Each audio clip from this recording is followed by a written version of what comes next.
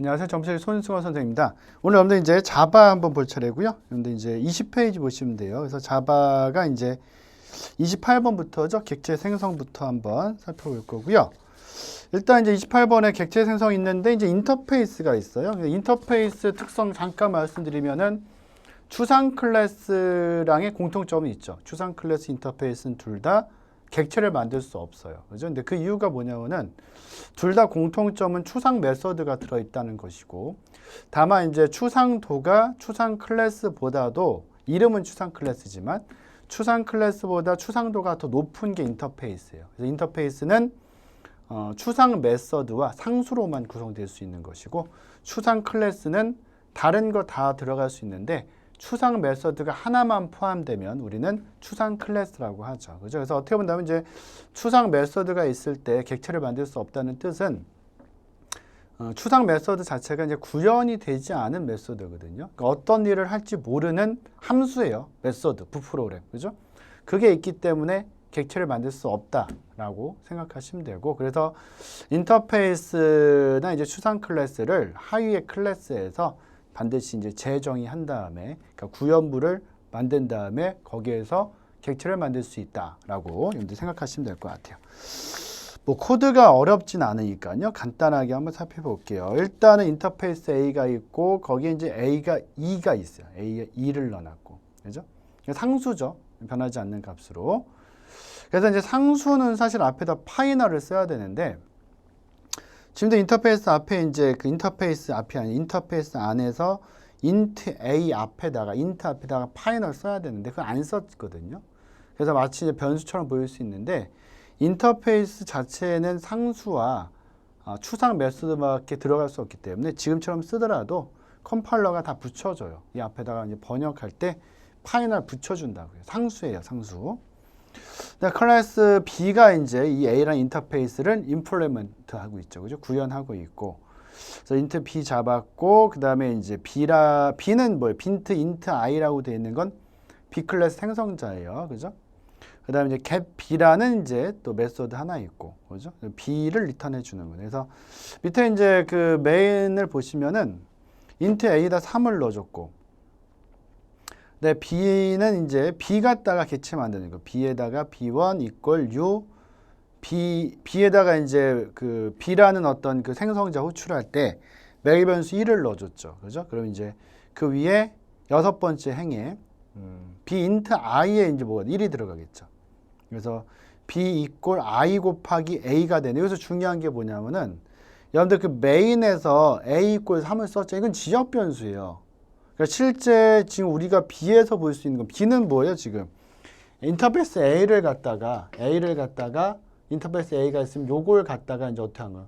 어떤 상속받았다라는 개념으로 볼 수 있겠네요. 구현한 거니까. 이걸 구현받아서 B가 만든 거거든요. 그러니까 B라는 객체, B1이라는 객체는 B라는 클래스를 통해서 만들어졌기 때문에 여기서 보는 A라는 변수는 여기 들어있던 2를 보는 거지, 메인에 있던 A equal 3이라는 지역 변수 보는 게 아니에요. 그러니까 여기서 이제 B equal I 곱하기 A라고 돼 있는데, 이렇게 돼 있는 거에서 요건 당연히 1이겠죠. 메인에서 넘겨줬으니까. 근데 여기에 들어간 2가, 그러니까 여기에 대한 A가 3이 아니라 2라는 거예요. 2라는. 이걸 꼭 조심하세요. 이건 어려운 코드예요, 사실은. 아주 간단해 보이지만 이런 부분 문제 내면 되게 어려워요. 근데 그 이유가 뭐예요? 지금 메인에 있는 A equal 3은 그냥 지역 변수라고, 이거는. 그죠? 우리가 신경 쓸 게 아니라 B라는 객체에서 A라는 변수를 보는 거는, 그러니까 A라는 어떤 상수죠. 어떻게 보면 그 인터페이스에서 온 거니까 그건 얘를 보고 있는 거예요, 지금. 그죠? 요걸 구현해서 쓰고 있는 거니까 요거 조심하셔야 돼요. 그죠? 요거만 조심하시면 다른 거는 뭐 크게 뭐 어려운 부분은 없어요. 그죠? 그래서 28번 정답입니다. 28번은 이제 2번. 요즘 문제풀이 뭐 전산직 공무원은 이제 뭐 얼마 안 있으면 또 이제 지방직 시험이 있어서 문제풀이 지금 막 하고 있어서 맨날 이제 이거만 보면 몇 번 정답은 뭐 하고 이렇게 넘어가가지고 습관이 됐네요. 그죠? 28번 코드는 이제 실행 결과 2가 나온다. 그래서 이 부분 하나 여러분들 조심하셔야 돼요. 요거 하나 조심하셔야 되고요. 그 다음에 이제 29번에 보시면은 객체 생성과 생성자 호출이다 라고 해가지고 일단 뭐 모양 자체는 마스크라는 클래스가 있어요. 그죠? 마스크라는 클래스에다가 이제 그 스트링 네임도 잡았고 프렛이라는 거 이제 그 초입값도 줬고 뭐 타입도 있고 카운트 인트도 잡아놨고요. 그죠? 근데 마스크라는 이제 생성자가 있네요. 그죠? 생성자에 이제 그 매개 변수가 name, type, counter 세 가지가 있고 this.name equal name. 그러니까 this.name은 뭐예요? this가 자기 자신 말하는 거죠. 그러니까 this.name은 그 이제 마스크에 쓰던 스트링 네임, 스트링 타입 이거 말하는 거고. 그러니까 this.name에서 요건 뭐 하나 조심하셔야 돼요. this.name equal name이죠. 그러니까 이게 어떤 뜻이에요, 사실은? 그냥 이렇게 써도 돼요. 이게 매개 변수 넘어온 거고. 이 name은 원래 우리가 그 마스크라는 클래스 만들 때 만들었던 멤버 변수거든요. 그러니까 한마디로 매개 변수 받은 거를 지금 마스크 호출할 때 매개 변수 받은 거를 멤버 변수에 넣어주라 이 뜻이에요. 그래서 사실 이제 뭐 의미적으로 이렇게 써도 뭐 이렇게 쓰진 않지만 사실은 이렇게 써도 처음에 이렇게 썼겠죠, 그죠? 뭐 문제는 없죠. 매개 변수를 받아다 멤버 변수 넣는데 공교롭게 이름이 같잖아요. 그러면 이제 가독성이 떨어지죠. 다른 사람이 봤을 때 뭐 이걸 만든 사람이야 자기가 어떤 의미를 부여했으니까 알겠지만 다른 사람이 보면은 이게 안 써 있잖아요, 어차피. 그죠? 그럼 이게 매개 변수, 이게 매개 변수야. 어떻게 하라는 거야? 이렇게 될 거 아니야, 한마디로. 물론 이제 뭐 코드를 조금이라도 아는 사람은 이제 당연히 매개 변수를 받아서 이걸 멤버에서 넣는다는 걸 알겠지만 그래도 헷갈리잖아요. 그래서 나 자신, 자기 자신, 내 클래스다. 내 클래스의 멤버 변수다. 이걸 뜻하기 위해서 this를 쓰는 거죠. this 점이라고 쓰면 이게 자기 자신이 되니까 요게 멤버 변수가 된다 이 뜻이에요. 그 멤버 변수에다가 지금 매개 변수 받은 걸 집어넣어 주겠다. 그죠? 그런 개념. 그래서 이제 지금 매개 변수 받으면은 name, type, counter 받은 거를 이 매개 변수를 다 원래 마스크의 멤버 변수에 넣어주고 있다라고 보시면 되고요. 그래서 그거 그대로 쓴 거예요. 어려운 건 없어요. 지금 보시면은 밑에 메인에서 마스크 A equal U 마스크 해가지고 매개 변수 3개 넣어주고 있죠. ACE, KF94, 1 그걸 넣어서 멤버 변수에 들어간 다음에 그걸 프린트 ln으로 출력하면은 밑에처럼 이제 뭐 에이스 브랜드의 타입이 이제 뭐 KF94이고 뭐 한 개입니다. 이렇게 찍히는 거죠. 그죠? 그렇게. 간단하게 이제 어떻게 본다면 이제 그 생성자에다가 매개 변수 써서 멤버 변수에 데이터 넣을 수 있는 그 모양 그냥 쓴 거니까요. 한번 보시면 될 것 같아요. 그래서 간단하게 이제 객체 생성과 생성 호출, 객체 생성이랑 생성 호출 한번 살펴봤고 뒤에 또 생성자가 나와요.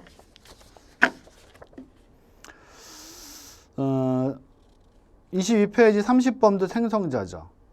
그래서 클래스 A에서 이제 TMP라는 멤버 변수죠. 거기다 100을 넣어놨고 클래스 A라는 생성자죠, 이것도. 그러니까 그 클래스에 들어있는 메소드가 클래스명과 동일하다. 그죠? 그리고 앞에 이제 자료형이 없어야 돼요. 자료형 다 없잖아요. 지금 클래스 A 앞에도 뭐 void든 int든 이런 자료형 없잖아요. 그게 있으면 생성자 역할을 못 해요. 그죠? 그래서 그 자료형이 없고 클래스명과 동일한 이름으로, 그죠? 동일한 이름으로 메소드를 만들면은 그게 이제 생성자 메소드다. 이렇게 보시면 되고.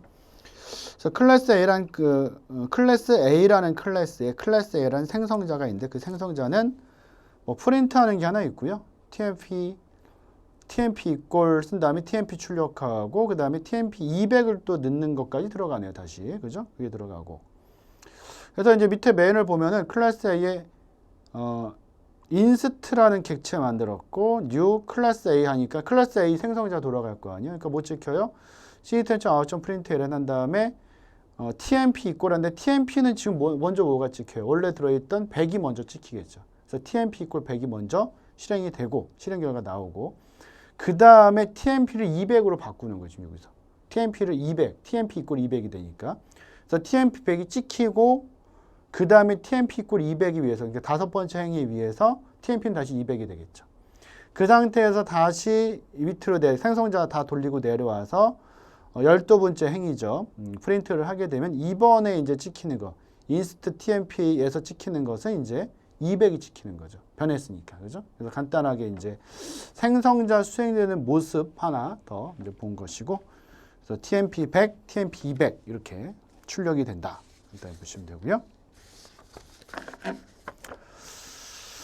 그 다음에 이제 31번 생성자도 이제 매개 변수가 들어갈 수 있으니까 당연히 뭐가 가능하겠어요? 오버로딩이 가능하죠. 그죠? 그러니까 오버로딩이 메소드 오버로딩은 메소드 중복이잖아요. 그러니까 하나의 클래스 안에 같은 이름을 갖고 있는 메소드가 여러 개 나올 수 있는데 다만 그 메소드들이 갖고 있는 매개 변수의 개수나 자료형이 틀린 거. 그러니까 자료형이 다른 거, 틀린 게 아니라 다른 거. 그죠? 그걸 갖다가 오버로딩이라고 하는 거죠. 근데 이제 생성자도 분명히 이제 뭐가 들어가요? 생성자도 매개 변수를 쓸 수 있으니 당연히 생성자도 오버로딩이 가능하다라고 여러분들 생각하시면 되고.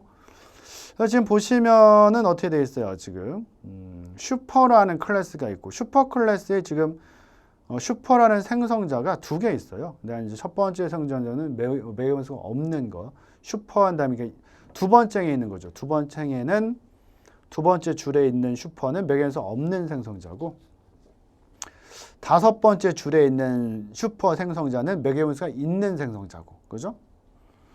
근데 서브라는 클래스는 슈퍼로부터 이제 슈퍼 클래스부터 상속을 받았는데 마찬가지로 10번째 줄에 매개 변수 없는 생성자도 있고. 그죠?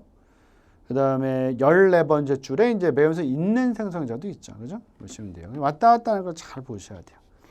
그래서 이제 제일 처음에 얼루가요. 메인에서 슈퍼 S1 equal U 슈퍼를 했어요. 그럼 슈퍼라는 생성자를 호출하는데 뭘 넣어준 거예요? 매개 변수를 넣어줬잖아요, 지금. 그죠? 그럼 뭐가 호출되겠어요? 다섯 번째 줄에 있는 슈퍼 생성자 호출이 되겠죠. 그럼 캐릭터 X에 C가 들어갈 거고, 그럼 제일 먼저 뭐가 찍혀요? system.out.print X니까 X는 C잖아요. 그럼 제일 먼저 C가 출력이 되겠죠. 그죠? C가 제일 먼저 출력이 되고. 두 번째 이제 슈퍼 S2 equal U sub. 그러니까 기본 생성자는 슈퍼였는데 하이 클래스였던 서브 클래스까지 확장을 해 놓은 거죠, 일단은. 그죠? 그래서 이제 D를 줬어요. D를 주면 일단 얼루가요. 14번째 줄에 서브 캐릭터 X에 D가 들어있죠. 써놓으세요. 14번째 줄에 서브 캐릭터 X에다 D를 넣어줄 거고, 근데 거기서 이제 this를 썼어요. this를 쓴 다음에 이렇게만 썼잖아요. 점 써서 뭐 멤버를 쓴 게 아니라 그냥 이렇게만 쓰지. 이건 생성자 호출하는 거예요. 생성자. 근데 어떤 생성자? 기본 생성자죠. 매개 변수 없는 거. 그러니까 자기 자신의 생성자를 호출한다. 그러니까 this 15번째 줄에 this 괄호 열고 닫고를 호출하면은 뭘로 넘어가는 거예요? 제어가 10번째 줄에 서브 괄호 열고 닫고로 넘어가는 거예요. 그게 보시면 돼요. 그죠? 그 제어 이동을 잘 보셔야 돼요. 그게 중요한 거예요. 헷갈리면 이렇게 그려놓으세요. 제가 지금 말씀드리는 걸. 그래서 15번째 줄에서 10번째 줄로 넘어가죠. 서브로 넘어갈 때 밑에 또 뭐가 있어요? 슈퍼가 있어요. 이 슈퍼는 뭐였어요? 바로 위에 클래스로 넘어가는데 슈퍼 한 다음에 마찬가지로 괄호 열고 닫았잖아요. 그럼 뭐예요? 생성자 찾아가는 거죠. 그러니까 바로 위에, 바로 상위 클래스의 기본 생성자를 갖다 호출하는 거죠. 그럼 이제 여기서 어떻게 하는 거예요? 또 다시 볼게요. 15번째 줄에 this에서 10번째 줄로 넘어갔어요. 그죠? 서브로 넘어갔는데 11번째 줄에서 또 얼른 넘어가야 돼요. 서브 만났으니까, 서브랜드 슈퍼 만났으니까 11번째 줄에서 다시 두 번째 줄로 넘어가는 거예요. 두 번째 줄. 그죠? 두 번째 줄 넘어갔더니 그게 뭐 있어요? system.out.print A 있죠? 그럼 A 찍힌 거예요. 이렇게. 수행했으니까 다시 얼른 돌아야 돼요. 11번째 줄 돌아와서 그 12번째 줄이 수행이 되겠죠? 그럼 뭐예요? B 찍히고. 그럼 요거 수행되고 나면 이게 어디서 왔던 거예요? 아까. 그 15번째 줄 this로 넘어갔던 거잖아요. 그럼 다시 돌아와서 마지막으로 this 밑에 있는 system.out.print 찍으면 X가 뭐였어요? 아까 제가 그 위에 그 14번째 줄에다가 X에다 D 써놓으라고 말씀드렸죠. D잖아요. D 이게. 아까 넘겨가던 거. 그죠? 굉장히 복잡하죠, 이거. 이 코드는요. 이 코드는 실제 공무원 시험에 나왔던 코드예요. 생성자 문제 중에서 조금 난이도가 있는 문제예요. 일부러 넣었어요, 제가. 왜냐면 이제 이 코드라는 것 자체가 이렇게 여러 시험에서 나왔던 게 이 변수명이나 메소드명만 변하면서 또 쓰이고 막 그러거든요. 또 나올 수 있어요. 어려워 이거. 나오면은 굉장히 많이 헤맬 수 있는 부분이니까 지금 제가 말씀드렸던 요 제어 순서가 중요한 거, 왔다 갔다 하는 거 어떻게 이동되나, 그죠? 출력되는 모습 알아놓으셔야 되고. 그래서 31번에서는 이제 코드에서 CABD죠, 그죠? CABD 그거 순서 반드시 잘 알아놓으셔야 되고. 생성자도 이제 오버로딩이 된다.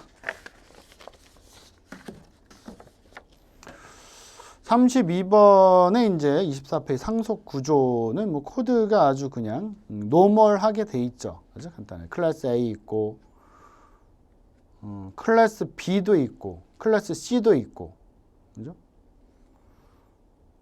거기 이제 뭐 프린트하고 막 이런 게 있죠, 지금. 그죠? 그래서 프린트라는 이제 함수, 그러니까, 지금 A라는 클래스를 기준으로 본다면은 일단 2번에 int A1 이거는 이제 그 멤버 변수 만들어서 초기값 넣어준 거고, 3번에 이제 A라는 그 생성자 메소드 있죠. 그래서 A = 2 들어있고 초기값 넣는 거. 그 다음에 4번에 public void print라고 되어 있는데 밑줄 하나 쳐놓으시고, 이건 명령 아니에요, 여러분들.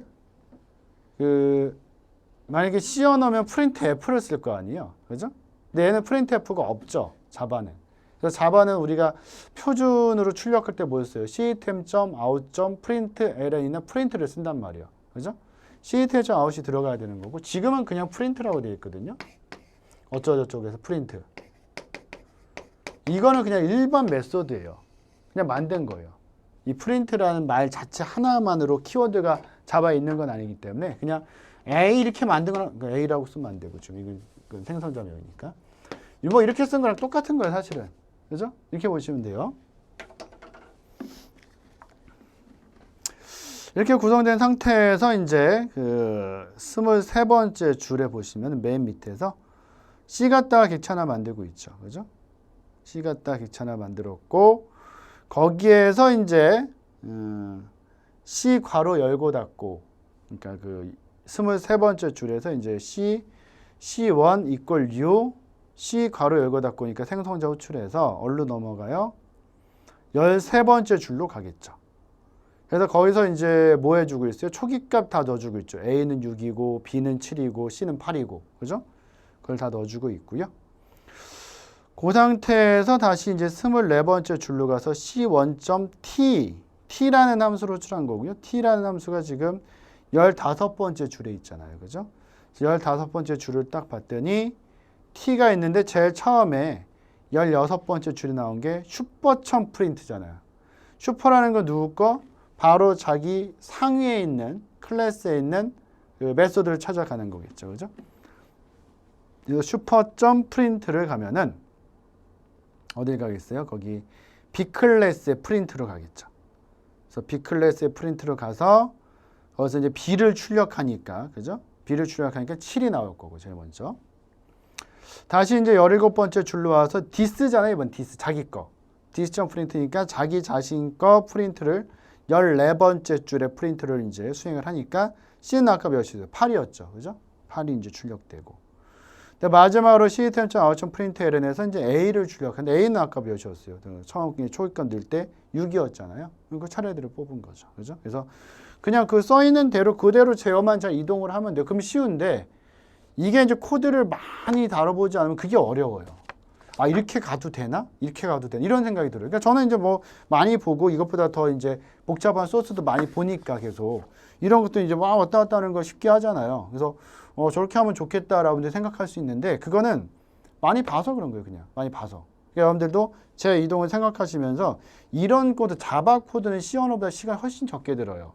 그래서 하루에 이제 제가 10분 정도 보시라고 했잖아요. 근데 좀 익숙해질 때까지는 한 1, 2주 정도까지는 제가 볼 때는, 물론 시험 때까지 그렇게 시간이 많이 남지 않으신 분들도 지금 이거 듣고 계신 부분이 있을 거예요. 그런 분들은 시간 조금 더 잡아서 보셔야죠. 그죠? 그건 어쩔 수 없는 거고, 시험이 한 달 이상 남아있다. 그러면은 한 1, 2주 정도는 C 언어만 보세요. 10분 동안 항상. 하루에 10분 보는 거 C 언어만 보다가, 그러면 이제 한 2주 정도 지나면 조금 이제 같은 문제 볼 때는 좀 이렇게 코드 해석하는 시간이 짧아지거든요. 그럼 그때부터는 C 언어 코드 하나 보고 한 5분 보고 자바 코드 이런 거 있죠. 이런 코드들 한 2-3개 볼 수 있어요.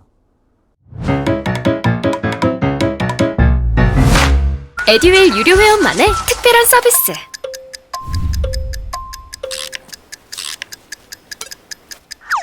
같이 하자.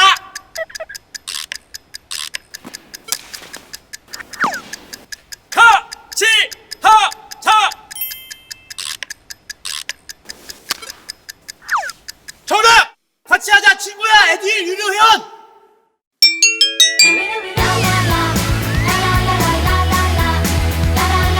친구 소개하고 현금 받는 혜택. 오직 에듀윌 유료 회원에게만. 에듀윌. 그럼 그 10분이라는 시간을 굉장히 알차게 보낼 수 있어요. 사실은 뭐 괜히 막 내 프라임 언어 공부해야지 해서 막 3시간 하루에 이제 막 잡아놓고 계획 잡아놓고 막 공부하려고 뭐 하기 싫고 막 그러니까 3시간씩이나 이걸 어떻게 막 그러다 보니까 막 괜히 스트레스만 받고 막 이런단 말이에요. 그것보다 물론 이제 그렇게 잡아서도 공부를 해야 되겠지만 그 전에 10분씩 이렇게 공부하는 거는 굉장히 중요해요. 그죠? 그거. 그래서 익숙하게 만드는 게 중요하기 때문에 이런 것들도 이제 한 3-4번, 한 3번에서 5번 본다고 생각해서 이거를 왔다 갔다 하는 거를 5번 본 이후에는 딱 보자마자 이거 어떻게 된다는 거 뭐 그러니까 뭐가 생기는 거요? 어렵게 생각이 안 되는 거죠. 자신감이 생기고 일단은 자신감이 생기고 나 이거 할 수 있어. 이런 생각이 있고 없고가 굉장히 차이가 많이 나는 거예요. 저도 마찬가지죠. 이거 이 소스는 뭐 내가 쉽게 볼 수 있고 제가 또 는 거니까 그죠? 근데 이제 처음 보는 소스는 그렇잖아요. 또 시험장에서는 또 처음 보는 소스를 만나니까 처음 보는 소스를 저도 그래요. 사실 긴장돼요. 이거 내가 원래 돌리던 대로 돌리는 게 아니라 어떤 함정이 있지 않을까 이런 생각이 들거든요. 근데 그런 것들을 뭐로 극복할 수 있냐면은 익숙하게 만드는 걸로 다 극복을 할 수 있기 때문에 그죠? 이런 것도 보는 거 제가 누누이 말씀드리지만 10분씩. 왜냐하면 이제 시험 가까이 돼서 질문하신 분 중에서 많이 하시는 게 이제 언어를 이제 뭐 포기하고 싶다. 언어를 포기하고 싶은데 한 2가지만 찍어주세요. 이런 거. 그죠? 그 찍는다고 그게 나오면 좋겠지만. 그죠? 제가 뭐 출제자나 선제자가 아니잖아요. 선제위원회 출제자면 제가 수업을 못하는 거고 사실은. 그죠? 그렇기 때문에 미리미리 이제 준비를 좀 이렇게 해놓으시는 게 훨씬 더 좋다라고 생각하셔야 되고요. 또 이제 뭐 앞에서 말씀드렸지만 문제가 또 비중이 좀 점점 높아지고 있잖아요. 또. 그죠? 이 코드 비중이 높아지고 있기 때문에 우리가 함부로 또 그냥 이거 버리고 가야지 이렇게 생각할 수가 없어요. 그죠? 그렇기 때문에 어렵더라도 좀 더 시험장에서 이제 이 문제를 극복할 수 있도록 그죠? 해결 방안을 찾아가는 것이 이제 중요하다라고 생각하시면 되고요.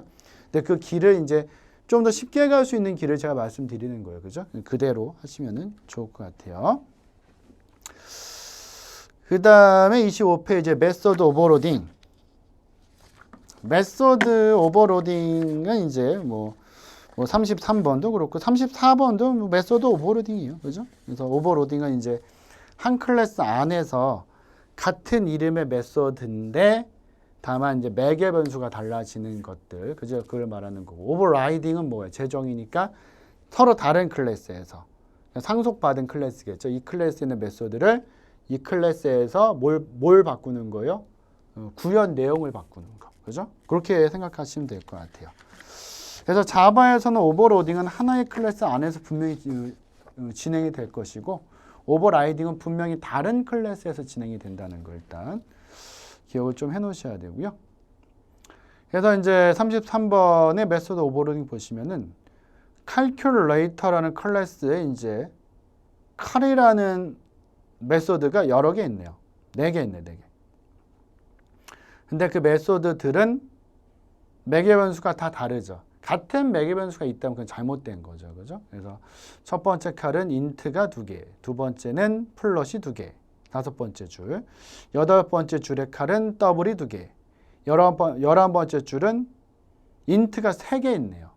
그래서 이제 어떻게 호출하냐에 따라서 거기 있는 칼이라는 메소드 어떤 게 호출되는지가 달라지는 것이고요. 실행 중에 고를 수 있기 때문에 이런 걸 우리는 동적 바인딩이라고 하는 거죠. 동적 바인딩.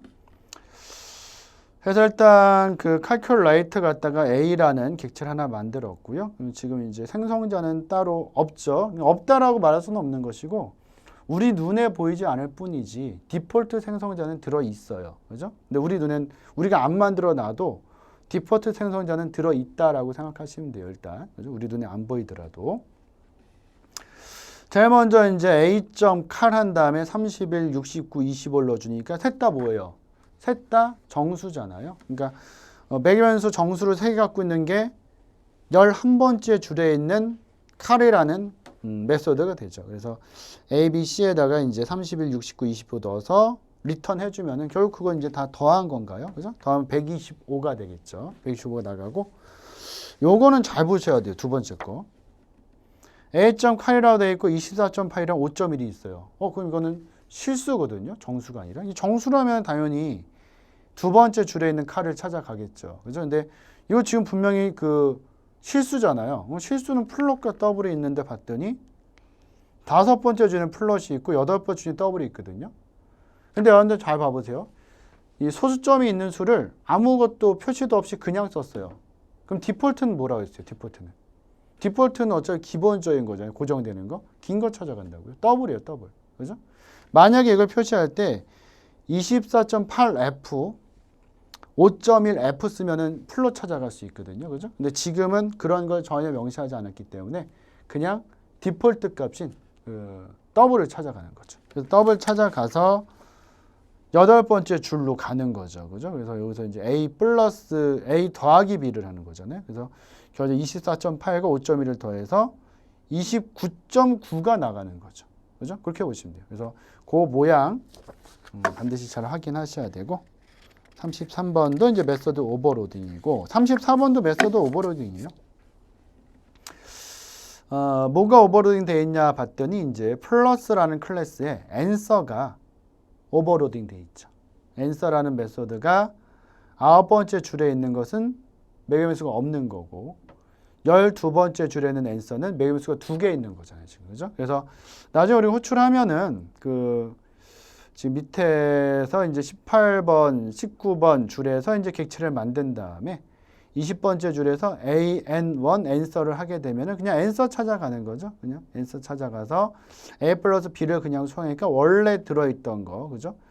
칼크에서 이제 처음에 이제 넣어줬던 1, 2가 그냥 더해지는 거고 AN2에서 answer 해가지고 3, 4를 넣어주면은 이건 이제 직접적으로 3, 4라는 매개변수를 넘겨주는 거잖아요. 그죠? 그럼 열도 부채행으로 넘어가서 A에는 3이 들어가고 B에는 4가 들어가서 두 개 더한 값 3 플러스 4는 7 이렇게 나오는 거죠. 뭐 간단하긴 한데 구조 자체가 어떻게 돼 있다는 것은 자꾸 확인해 보시는 게 좋으니까요. 코드는 자꾸 보시는 게 좋아요. 일단 34번도 이제 이렇게 실행이 나온다 라고 보시면 돼요. 35번은 오버라이딩이죠. 오버라이딩은 이제 클래스 A랑 클래스 B가 있을 때 void ABC 가로 열고 닫고 이렇게 돼 있죠. 근데 그랑 똑같은 게 B 클래스의 void ABC 가로 열고 닫고 그죠? 오버라이딩은 일단 중요한 게 시그니처가 같아야 돼요. 그러니까 시그니처라는 것은 우리가 일반적으로 뭘 말하냐? 시그니처는 반환형, 메소드명, 매개변수의 개수와 자료형을 말해요. 둘 다 어차피 매개변수가 없으니까 상관없는데 만약에 이제 위에 ABC의 매개변수가 인티저가 하나 있었다면은 오버라이딩을 하기 위해서는 하이 클래스의 ABC 메소드에도 인트형으로 매개변수가 하나가 있어야지만 가능하다는 거예요, 사실은. 그죠? 그렇게. 그래서 오버로딩과는 사실 많은 차이점이 있죠.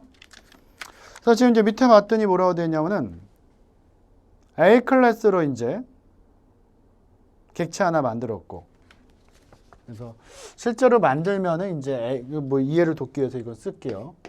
이 스택이라는 공간에 A라는 레퍼런스 변수를 통해서 이제 힙이라는 공간에 객체를 하나 만들 것이고 U로 그죠? A 이꼴 13번째 줄이에요. A 이꼴 U A 가로 열고 닫고니까 그건 얘가 이렇게 가르치고 있는 거죠. 이 상태에 B를 또 만들었어요. B를 또 만들어서 얘도 new B니까 객체 만들어서 얘가 또 이걸 가르치게 만든 거죠. 근데 그 상태에서 뭐가 들어가냐면은 밑줄 쳐놓으세요. A 이꼴 B가 있어요. A에다가 B를 넣으래요. 여기는 참조값이 들어있어요. 우리가 신경 쓰지 않아도 되는 값인데 A에다 B를 넣으니까 B에 있는 걸 A에다 넣었잖아요. 어떻게 보면 포인터가 레퍼런스 변에서 넘어온 거란 말이에요. 약간 주소값 같은 게 들어있거든요. 여기 들어있는 걸 여기다 넣어주면은 얘도 뭘 가리키는 거예요? 이걸 안 가리키고 얘도 이걸 가리키게 되는 거죠. 이렇게 되는 거예요. 그럼 얘는 뭐가 되냐? 얘는 가비지가 돼요. 쓰레기. 왜? 어차피 이 객체라는 거는 레퍼런스 메스가 가리키고 있을 때 접근할 수 있는데 이거 지금 끊어버린 거잖아요. 임의로. 그럼 가비지예요. 근데 우리가 지금 보고 있는 자바에서는 이걸 별로 걱정할 필요가 없어요. 왜냐하면 가비지 콜렉터가 있어요. 예전 언어 그 C++, 자바 언어의 전신이었던 C++ 언어 같은 가비지 콜렉터가 없어서 이렇게 하잖아요. 그럼 이게 가비지가 돼서 힙 공간에 막 쌓이면은 나중에 다른 걸 못 넣게 됐었어요. 주 메모리 공간이 부족했었는데 지금 우리가 보이는 자바는 그럴 걱정이 없어요. 딱 있으면은 지가 알아서 이거 없애줘요. 자바가.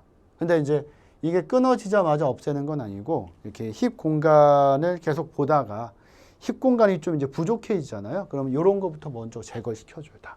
그래서 전혀 걱정 없이 쓸 수 있고. 하여튼 이런 구조가 되는 거예요.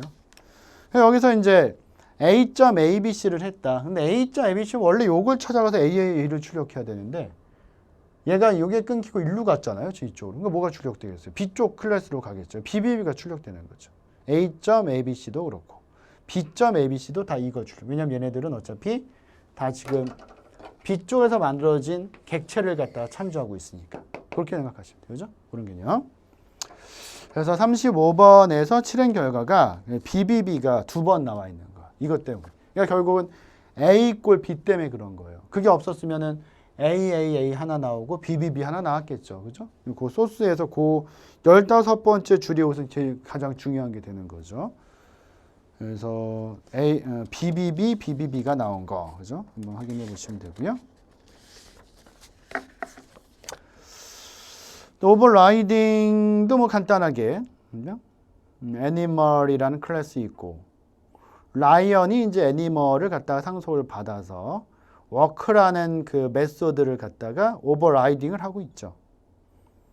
그래서 애니멀 AN1이란 객체를 애니멀로 하나 만들었고 또 이제 애니멀 클래스를 기본으로 해서 16번째 줄에서는 뉴 라이언 그래서 그 하이 클래스까지 이제 확장을 시켜놨죠. 그래서 AN 워크를 하게 되면은 뭐가 출력이 돼요? 그 애니멀 클래스에 있던 게 워크가 그대로 출력이 되는 거고. 그래서 동물 2가 걸었습니다가 되는데 AN2를 하게 되면 어떻게 돼요? 얘는 기본형은 애니멀이지만 라이언까지 확장이 됐잖아요. 하이 클래스까지. 그래서 오버라이딩이 된다면은 하이 클래스 걸 쓰겠죠. 그렇죠? 그럼 당연히 사자가 걸었습니다. 이게 출력되는 거죠. 그래서 그 부분만 일단 잘 기억을 해놓으셔야. 이런 문제들은 언제든지 나올 수 있어요. 사실 오버로딩보다 오버라이딩이 객체 지향 쪽 언어, 특히 자바에서는 굉장히 중요한 문제로 많이 출제되기 때문에 우리 시험에서도 언제든지 출제될 수 있는 부분이다라고 일단 기억을 해놓으셔야 되고요. 36번 오버라이딩, 37번도 오버라이딩이에요. 37번에 보시면은 이건 잘 봐야 돼요. 근데 헷갈릴 수 있어요. 이건 실제 문제로도 나오면 헷갈려요. 클래스 P가 있어요. 클래스 P에 펑크1, 펑크2, 펑크3가 있고 메소드가 클래스 A는 클래스 P를 상속받아서 펑크1, 펑크2, 펑크3가 있는데 이거 한마디로 이제 펑크1, 2, 3라는 세 개의 메소드를 다 가지고 있죠. 근데 오버라이딩이 되는 거 안 되는 걸 구분해야 돼요, 여러분들이. 그죠? 그걸 구분해야 돼요. 일단 펑크1을 봤더니 클래스 P에도 인트 펑크1, 인트 A, 인트 B 이렇게 돼 있어요. 밑줄. 클래스 A 13번째 줄에 펑크1을 봤더니 인트 펑크1, 인트 A, 인트 B 돼 있어요. 밑줄처럼. 이건 오버라이딩이 돼요. 왜냐면 시그니처가 같으니까. 시그니처 뭐라 했어요? 다시 한번 말씀드리고 시그니처는 반환형, 메소드명, 매개 변수의 자료형과 개수까지가 똑같아야 돼. 다 똑같잖아요, 지금. 인트 반항형이죠. 인트 같고, 펑크1, 메소드명 같고, 매개 변수, 형, 둘 다 인트, 개수 2개, 다 같잖아요. 이게 시그니처예요. 그죠? 그래야지만 오버라이딩이 되는 거예요. 그래서 이제 일단 펑크1은 밑줄 쳐놓으세요. 이건 오버라이딩 된다. 그래서 만약에 클래스 P를 기준으로 객체를 만들어서 클래스 A까지 확장해 놓으면은 그때 만약에 펑크1을 호출하면은 클래스 A 거를 갖다 쓰겠죠. 그죠? 오버라이딩이 돼 있으니까. 이렇게 보시면 돼요. 근데 펑크2는 어때요? 지금 다섯 번째 줄에 int 펑크2, int a, int b. 그죠? 근데 16번째 줄에 이게 다르네요. 더블, 반환형부터가 달라요. 반환형만 달라도, 왜냐하면 지금 다섯 번째 줄에 반환형 int잖아요. 근데 지금 16번째 줄에 펑크2의 반환형은 더블이거든요. 이건 오버라이딩이 안 되는 거야. 그죠? 그래서 더블 A, 더블 B라고 이제 뭐 그 매개 변수의 자료형까지 다르죠. 그래서 펑크1은 오버라이딩이 되지만 펑크2는 오버라이딩이 안 된다. 이걸 일단 정확히 아셔야 되는 거고. 그럼 펑크3는 어때요? 한번 봐보세요. 8번째 줄에 있고 19번째 줄에 있어요. 되나요? 펑크3는 오버라이딩이 되죠. 그죠? 왜냐면 같잖아요. int 펑크, int a, int b 19번째 줄에도 int 펑크3, int 펑크3, int a, int b 이렇게 돼 있잖아요. 그죠? 오버라이딩이 되겠죠. 그러니까 뭐 정확히 얘기한다면 이걸 이제 파악하면 끝난 거예요. 이 문제는. 펑크1은 펑크1과 펑크3은 오버라이딩이 되고 펑크2는 오버라이딩이 안 된다 이거죠. 그죠? 일단. 그래서 이제 밑에서 봤더니 클래스 P, 그러니까 클래스 P를 기본형으로 해서 객체를 만드는데 클래스 A까지 확장해 놨잖아요. 그죠? 그래서 여기서 만약에 메소드를 쓰면은 오버라이딩이 되어 있다면은 하이 클래스 걸 쓰는 거고 오버라이딩이 되어 있지 않다면은 상위 클래스 걸 쓰는 거다. 여러분들 이렇게 생각하시면 되는 거고. 그러니까 지금 펑크1은 오버라이딩이 돼 있잖아요. 그럼 어떤 거 쓰겠어요? 펑크1 P.펑크1 5,2를 쓰게 되면은 그때는 어디를 찾아가요? 13번째 줄을 찾아가겠죠. 그래서 A%B, 5%B니까 5를 2로 나눈 나머지가 1이 나올 거고. 그죠? 그 다음에 두 번째 프린트에서 P.펑크2 5,2라고 돼 있어요. 펑크2는 오버라이딩이 안 되죠. 그럼 어디로 가야 돼? 펑크2는 다섯 번째 줄로 가야죠. 그럼 A 빼기 B니까 5 빼기 3 되는 거고. 그죠? 그 다음에 P.펑크3는 오버라이딩 돼 있죠. 5,2가 되는데 펑크3는 19번째 줄을 수행하겠죠. 그래서 A 나누기 B니까 뭐 돼요? 2 되겠죠. 2. 왜냐면 또 이제 A 나누기 B를 할 때 5 나누기 2가 되고 이 5 나누기 2, 5랑 2는 둘 다 정수니까 결과값도 2.5가 아니라 2가 나오는 거예요. 그냥 2가. 그죠? 그래서 2가 출력된다. 그래서 거기에 출력된 모양을 써놓은 거죠. 이게 오버라이딩이다. 그래서 오버라이딩은 사실 그렇게 어렵진 않아요. 여러분들 문제 보면은 그렇게 어렵진 않은데 또 문제로 나올 수 있는 가능성이 크니까 여러분들이 정확하게 이제 비교를 해 놓으셔야 된다라고 보시면 되고요. 그 다음에 이제 30페이지에 38번 보시면은 접근 제어자예요. 오류 발생 부분 찾기인데 별로 어렵지 않아요. 이거는. 네, 이것도 실제 이제 공무원 시험에 나왔던 코드 제가 넣은 거예요. 실제. 그래서 이제 문제에서 몇 개 이제 뭐 기역, 니은, 디귿, 리을 만들어 놓고요. 뭐 13, 14, 15, 16 이런 거 기역, 니은, 디귿, 리을 만들어 놓고 오류가 발생하는 부분은 어디냐 이렇게 찾는 거. 그죠? 근데 뭐 어렵지 않죠. 지금 보시면은 퍼슨 클래스에 이제 name이라는 첫 번째 줄이죠. private string name이니까 퍼슨 클래스의 두 번째 줄에서 name이라는 멤버 변수는 private로 설정이 되어 있어요. private로 설정이 되어 있다면은 이 person이란 클래스에서만 쓸 수 있죠. person이란 클래스 외부에서는 쓸 수가 없는 애예요. 이거는 그죠? 그렇게 기억하시면 돼요.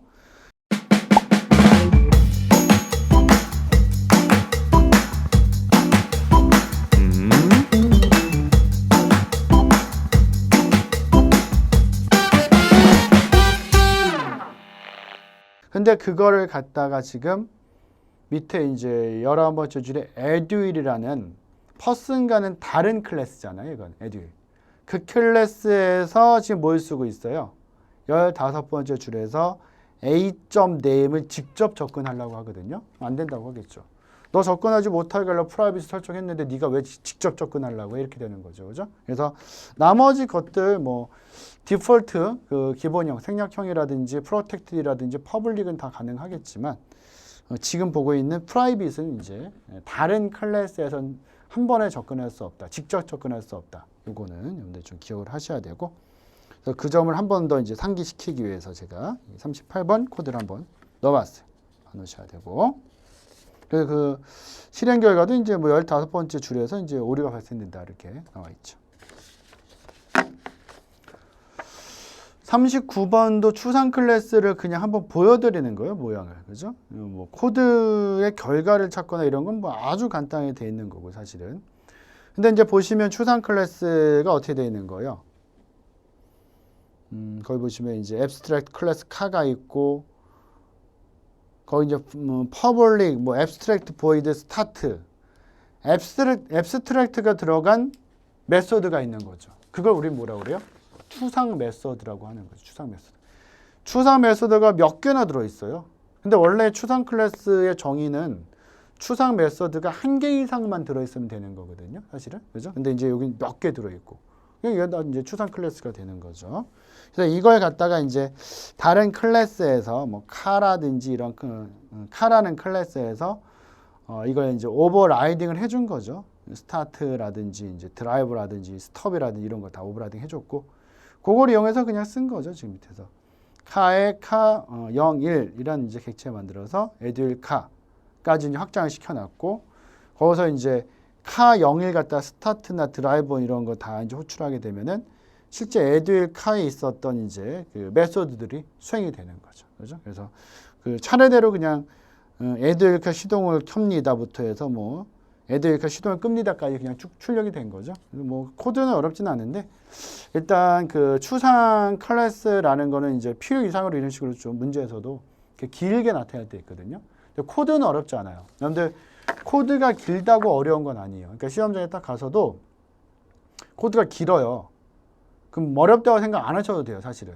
오히려 어려운 코드는, 그러니까 로직이 복잡한 거는 좀 더 짧은 것들이 많이 있어요. 이런 이제 물론 이제 긴 것도 일부러 아주 어렵게 되는 케이스도 있긴 하지만, 일반적으로 뭐 코드가 길고 짧고에 따라서 이 코드가 어렵다 쉽다를 갖다가 딱 우리가 이제 그 머릿속에다가 기준을 잡아놓고서 공부를 하거나 문제를 풀 필요는 없어요. 그죠? 그러니까 여러분들이 괜히 어려운 그 뭐 긴 코드 만나면은 뭐 속된 말로 약간 이제 뭐 쫀다고 그러죠. 좀 어휴 어렵다 이렇게 생각이 되면 더 어렵게 보이는 거예요. 그렇지 않아요. 그렇지 않아요. 이런 코드 그렇잖아요.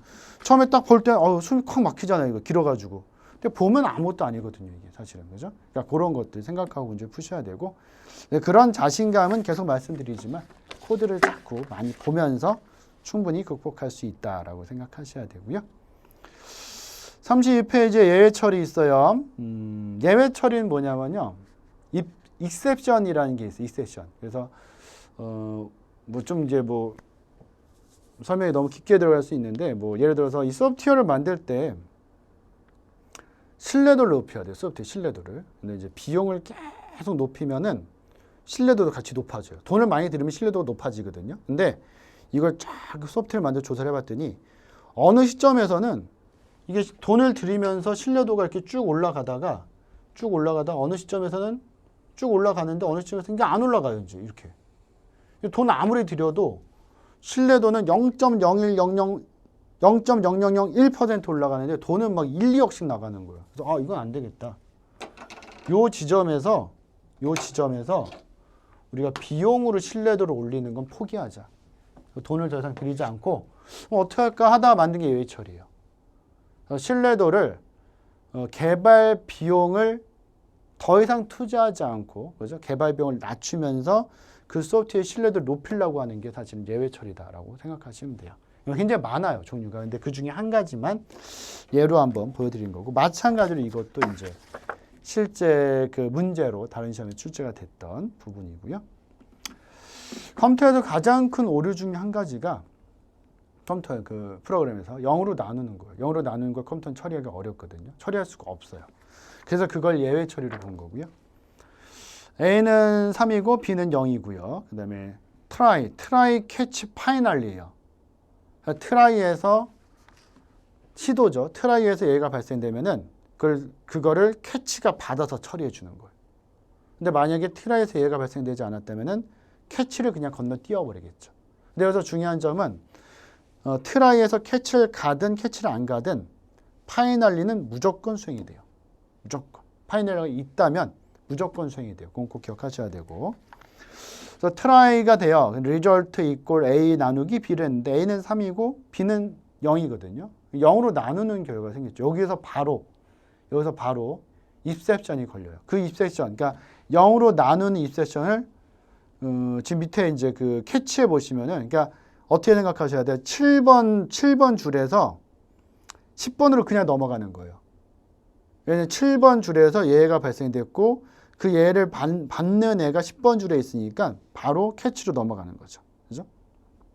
그래서 arithmetic exception 자체를 우리는 0으로 나눌 때 받는 예외 처리로 보는 거고, 글로 넘어와서, 그러니까 A는 출력되지 않죠. 그러니까 8번째 줄에 있는 건 출력되지 않고 11번째 줄에 B가 출력되고, 캐치를 하든 안 하든 파이널리 무조건 수행된다죠. 파이널리 C가 수행되고, 이제 끝났어요. 트라이, 캐치, 파이널 끝났으니까 이제 밑에 있는 D는 그냥 순서적으로 처리가 된 거예요. 예외 처리랑 상관없이. 그래서 실제 출력되는 건 B, C, D가 되는 거죠. 이렇게 보시면 돼요.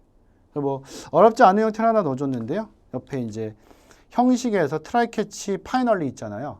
그래서 이걸 조금 이제 문제로 낸다면은 진짜 아주 어렵게 뭐 틀리게 내라 그러면 이제 진짜 이런 순서를 낼 수도 있는데, 진짜 뭐 문제 다음 문제로 이 예외 처리 우리가 뭐 아주 깊게 다뤄가지고 문제를 낸 적이 한 번도 없으니까 문제를 내 가지고 이제 이 수험생들이 이걸 알고 있나 모르고 있나 만약 알고 싶다면은 제 생각에는 트라이, 캐치, 파이널리 부분을 뭐 셋 다는 좀 그렇고 한 두 군데 정도를 빈칸을 딱 해놓고, 뭐 캐치나 파이널리 아니면은 트라이나 캐치 이런 부분을 빈칸해 놓은 다음에 여기가 뭐가 들어가나 쓰시오 이렇게 되겠죠, 문제가. 그거 전 그런 걸 좀 생각하고 든 것이니까 일단 구조를 갖다 한번 봐놓으시면 좋을 것 같고, 지금 실행 결과는 B, C, D가 나오는 거죠. 사실 1번은 피보나치 이제 안 넣으려고 하다가 그 피보나치 수열은 C 언어로 나올 수도 있고 자바로도 나올 수 있고 언제든지 알고리즘은 나올 수 있거든요. 그래서 그거 보여드리려고 넣었어요. C 언어는 또 코드가 또 상당히 좀 많이 들어가서 이제 자바 쪽으로 넣었다라고 보시면 되고, 근데 이건 뭐 실제 실행하려면은 실제 실행할 때 10을 넣어줘야 돼요. 따로 컴파일 할 때. 근데 그건 지금 그것까지 쓰진 않았고, 그래서 밑에 부분만 좀 보시면 될 것 같아요. 밑에 부분만. 수열을 개수한 다음에 10을 따로 넣어줘야 되거든요. 근데 그 실행할 때 인풋으로 넣어줘야 돼요. 근데 그것까지는 따로 제가 쓰진 않았고요. 밑에 이제 8번째 줄부터 보시면 될 것 같아요. 피보 1, 피보 2, 피보 3, CNT. 그래서 피보 1에 이제 0이 있고, 피보 2에 1이 있고, 피보 3에 1이 있는 거죠. 그죠? 왜냐하면 이거는 그 알고리즘적으로 문제를 낼 수 있거든요. 그죠? 그래서 어떻게 수행이 되는지만 일단 그 밑에 또 반복문이 있으니까 그걸 봐놓으시면 될 것 같아요.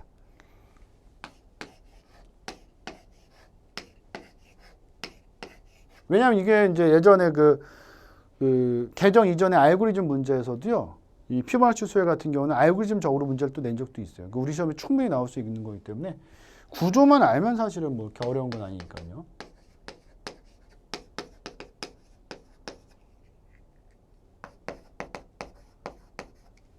이게 CNT죠.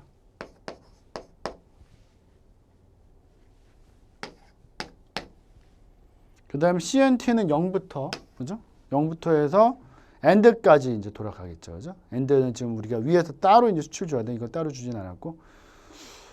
예를 들어서 이제 뭐 수열의 개수에다가 인풋으로 처음에 열을 줬다면은 AND가 이제 10이 되겠죠.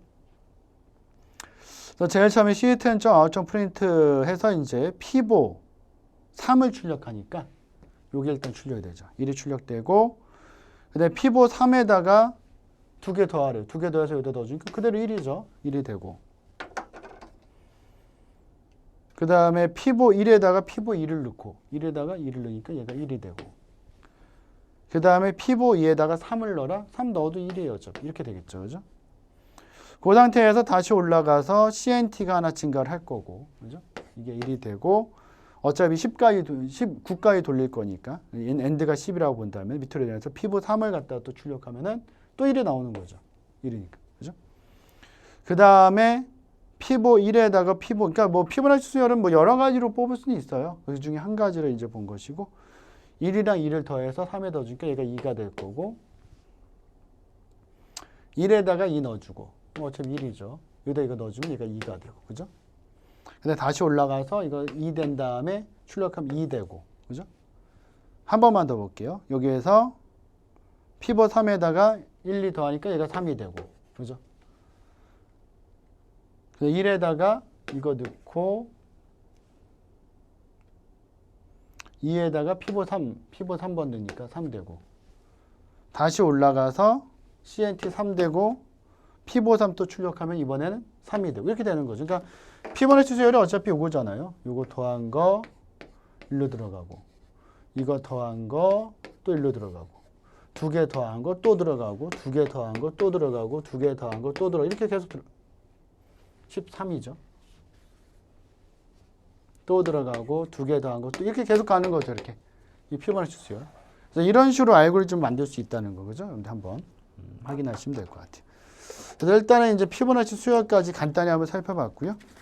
요거는 사실 이제 C 언어 쪽으로 봐도 상관이 없고 그 앞에 이제 뭐 객체를 만든다, 오버로딩, 오버라이딩, 상속,